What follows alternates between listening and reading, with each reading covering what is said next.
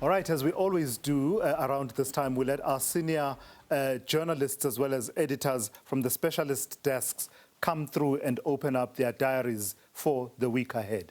Starting up, Mzwandile Mbeje, SABC News Political Editor. Thank you for coming through, Mzwai. So the big story, naturally, has to be the MK party and its motion of no confidence in KwaZulu-Natal.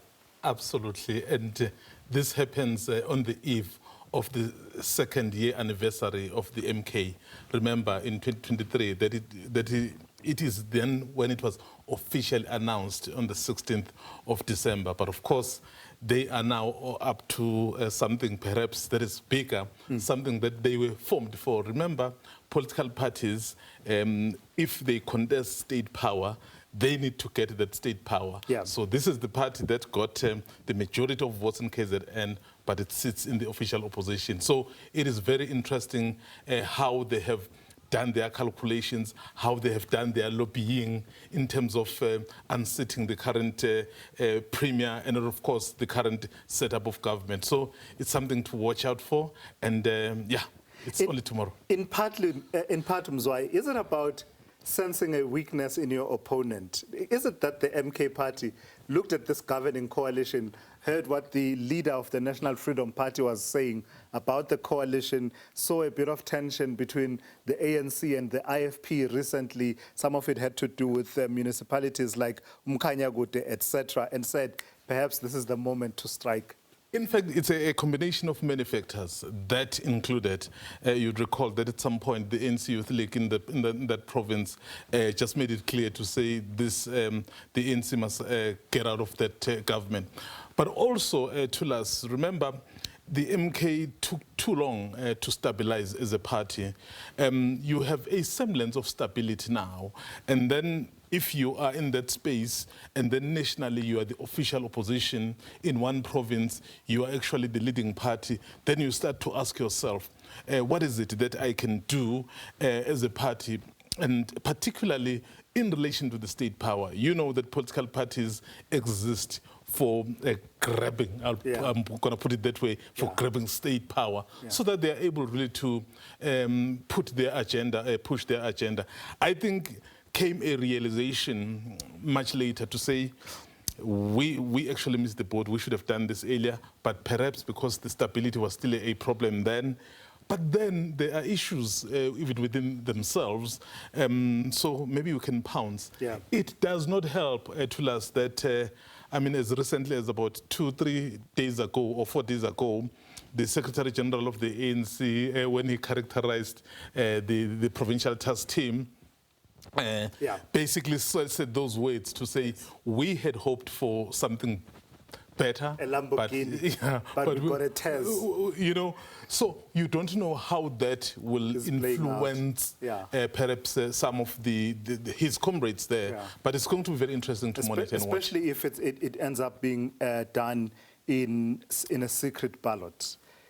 All bets are off. The numbers, just to run through them, Zwai, very quickly before we move on. So it's the MK party, 37. 2 of the EFF, because Julius Malema has told us they will be supporting, possibly with an extra from the NFP. That would take them to 40.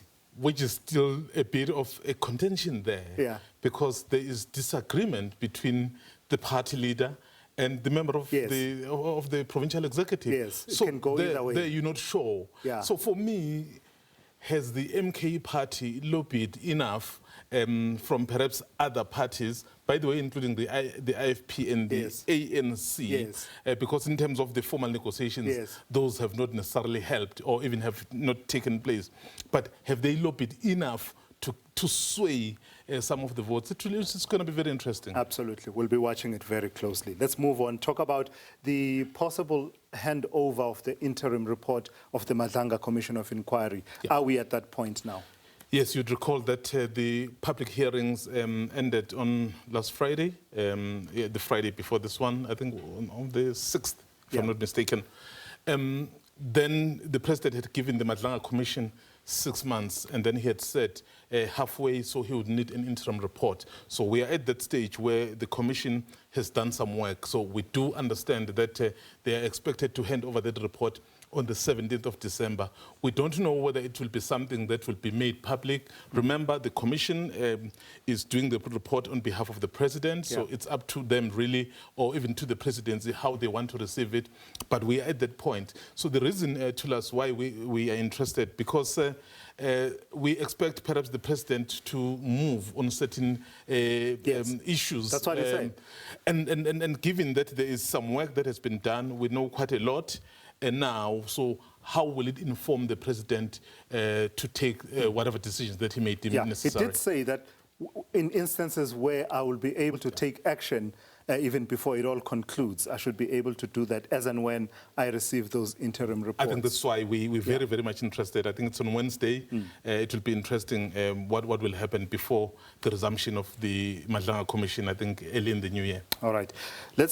Let's talk about MK Party. It's the second anniversary of the party. A few minutes ago, we were talking about their maneuvers in the provincial legislature. They'll be marking 2 years as an official political party and have made quite some gains in that 2 years.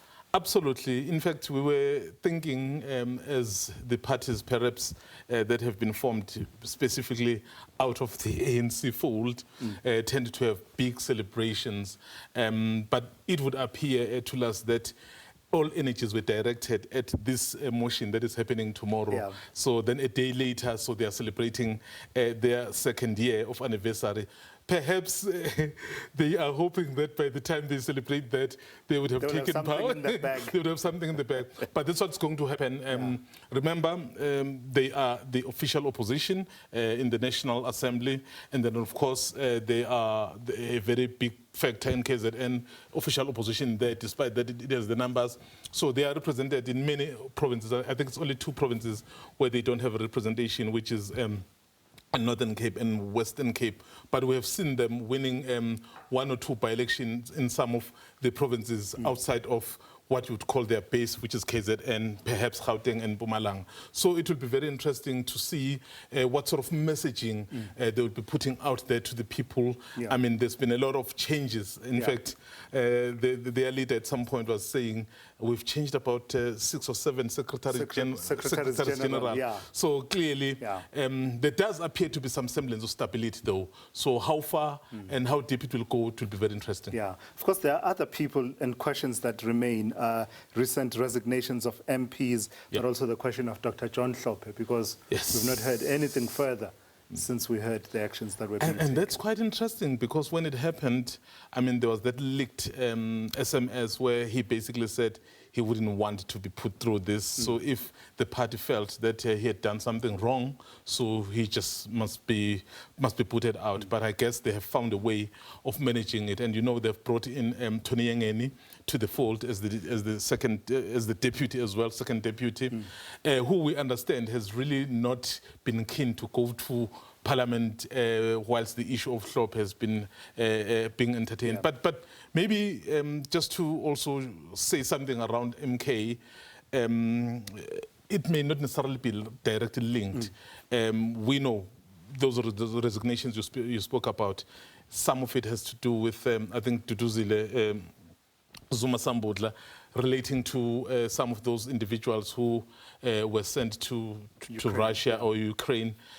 So those are some of the issues. But I think the MK has basically indicated that as much as it is their members who may have been instrumental in the form of Duduzile, but as a party, so they are not... They're distancing themselves. Certainly, All right, Mzwai, thank you for coming through. Mzwandile Mbeje, SABC News Politics Editor, opening up his team's diary.